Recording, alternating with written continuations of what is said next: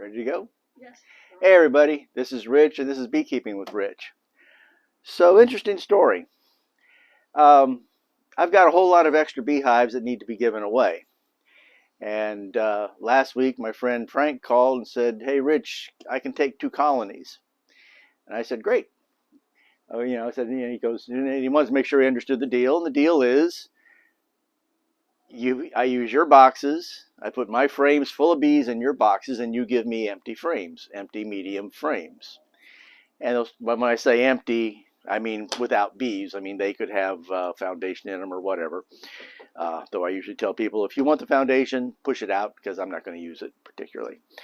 Any rate, so we went down last Thursday morning and we transferred 2 hives of bees into his equipment. And he gave me 18 frames back because I'd given him two uh, 2 nukes and an 8 frame, so 18 frames. And he gave me 18 empty frames. But he did so by giving me some previously used frames. And since he didn't have enough extra medium frames, he made me up a bunch of frames the night before. Well, thanks so much, Frank. Okay, here's where it gets interesting. Now, I've been beekeeping for 5 years. And the only exposure I've had to the kind of frame Frank gave me, if you would zoom in over here, dear. Can you see that label? Yep. Wedge. Split wedge frames. I had never seen one in person because they're a type of frame that was universal back in the days when everybody used real wax foundation. The way they are set up is this. The frame top bar has a cut in it this way and a cut in it this way, and it's attached by just hanging on by a thread here. And the way they were used is you took a pair of pliers, you broke it out. I sliced it with a knife first because I wanted a nice clean break. You broke it out like that. In this extra wide bottom, you put the bottom of your wax in there. You laid your wax up against this piece here, and then you wedged it, hence the name wedge frame. You pressed and wedged it in there, and you drove in a couple of brads, and you had your wax foundation frame. With the universal popularity of plastic foundation, of course, everybody's gone to frames that have a groove in the bottom, a groove in the top. You put your plastic in, bottom or top, whichever you wish, and you push it in, it flexes, it pops into place, and you're good to go.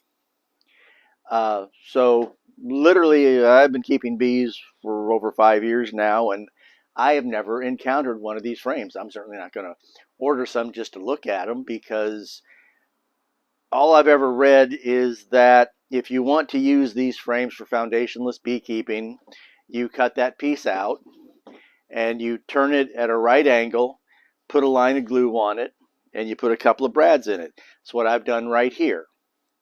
You want to come in a little closer, dear, so I can turn this both ways and let them see it. Okay, ready? And on this side, boom.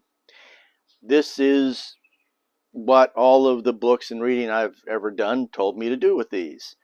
Well, Frank didn't just give me this box of 8 brand new ones. He also gave me some he'd used before.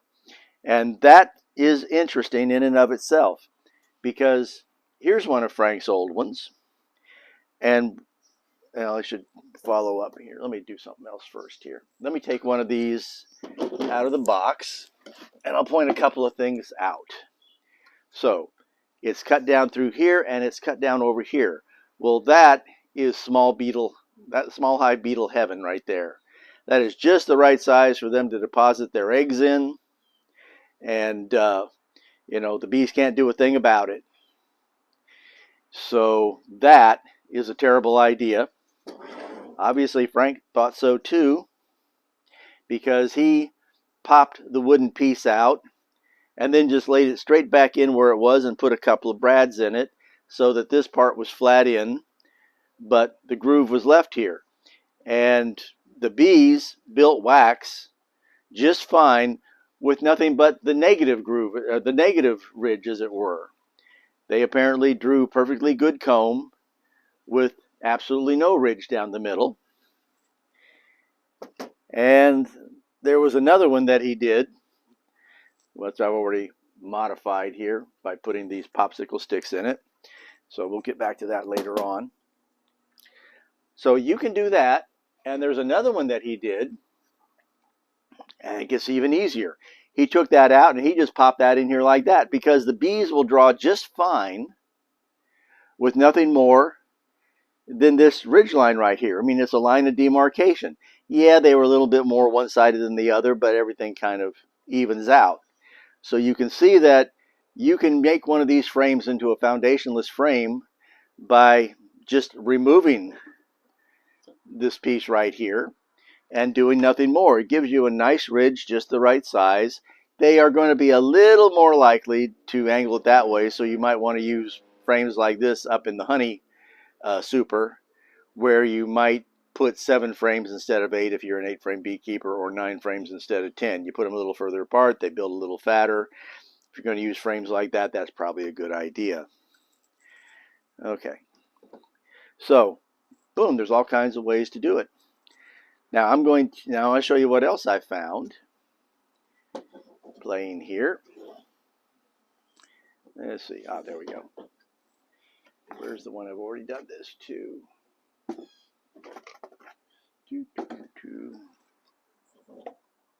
There. No, that's not it. That's Frank's old frame. Yeah, there it is.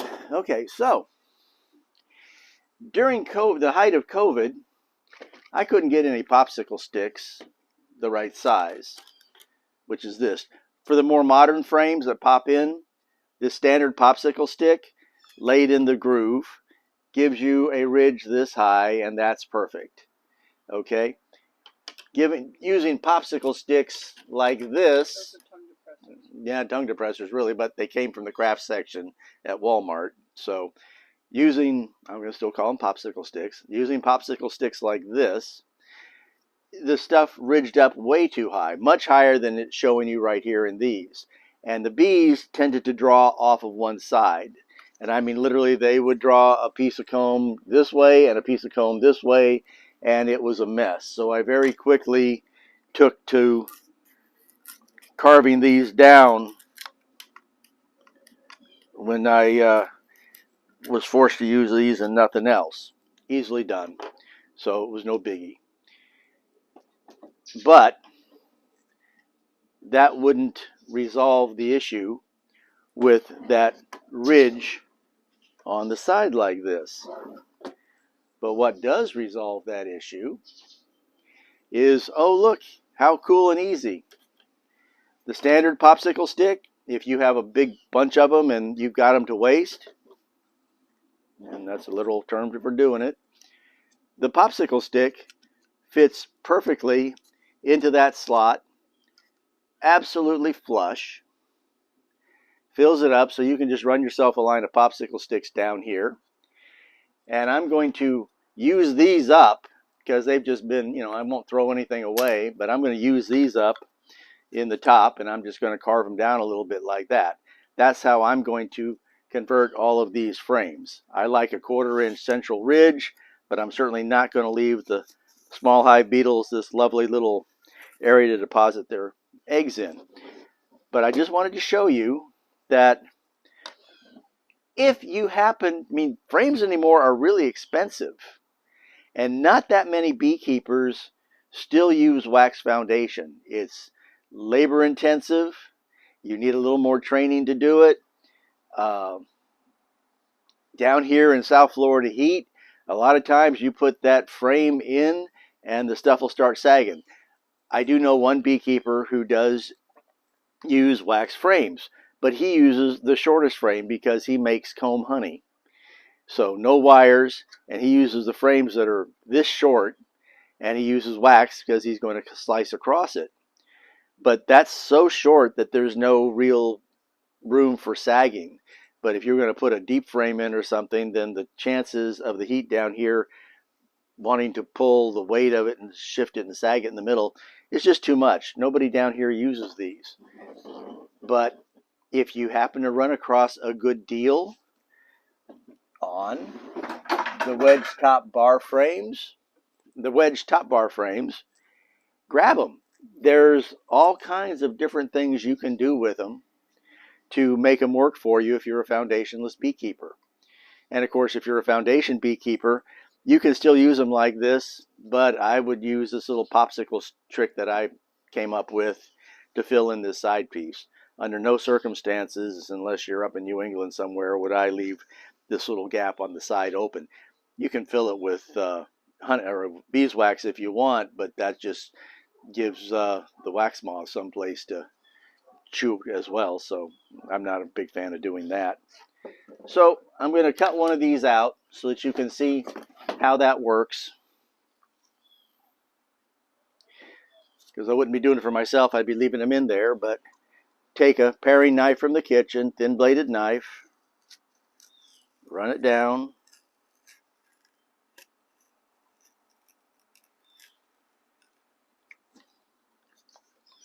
Run it down this way.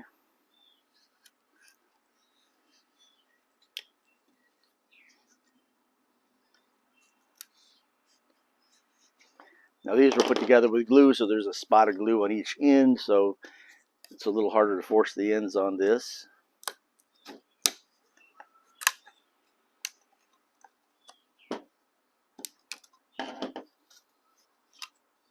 There you go. It's split out. You turn it over. You pop it in right there. Glue it if you want. If not, you can just take a couple of tacks.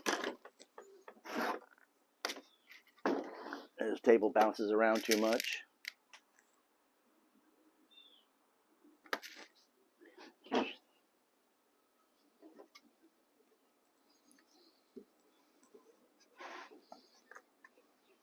Before you tack it in, can you show what you mean by turn it over? I didn't really see that well. Turn it over?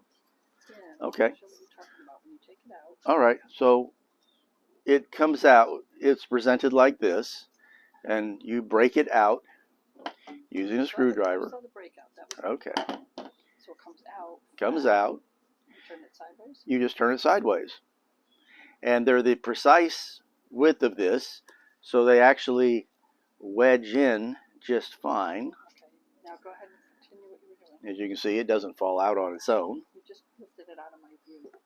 Okay. Is it back in your view now? Yes. All right.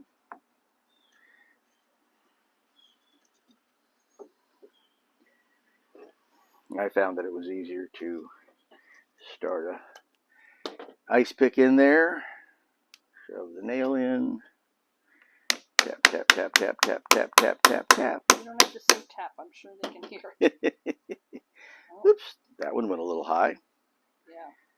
Yeah. Okay, well, not a good representation.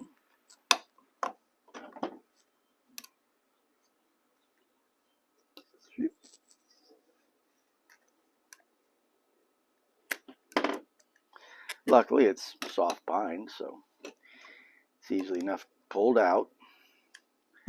Let's try another one.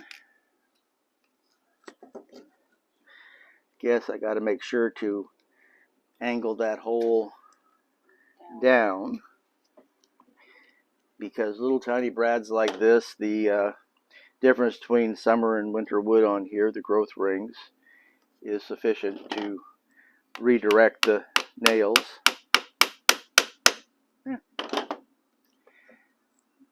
Three is better than one probably, but one will do it if you're a cheapskate. And that is a perfectly usable frame for this purpose. For foundationless. And it just occurred to me, having split this out like this, Instead of putting popsicle sticks in that groove, you could split them out like this, run a line of glue down here, stick this back down, and you still have your groove here to put your regular popsicle stick in, but you wouldn't have the other. So there's another way to do it. So there you go. These old split frames, I've never encountered one. I've never seen one at anybody's apiary except for, like I say, the one gentleman who did a demo like this once a few years ago because he uses the shallows. But he was demonstrating how to put the wax in. So that's it. That's the video. That's wrapped up. So this is Rich. This is Beekeeping with Rich. Just an interesting little tidbit. I've got a couple of good things coming down the pike, so you'll want to stay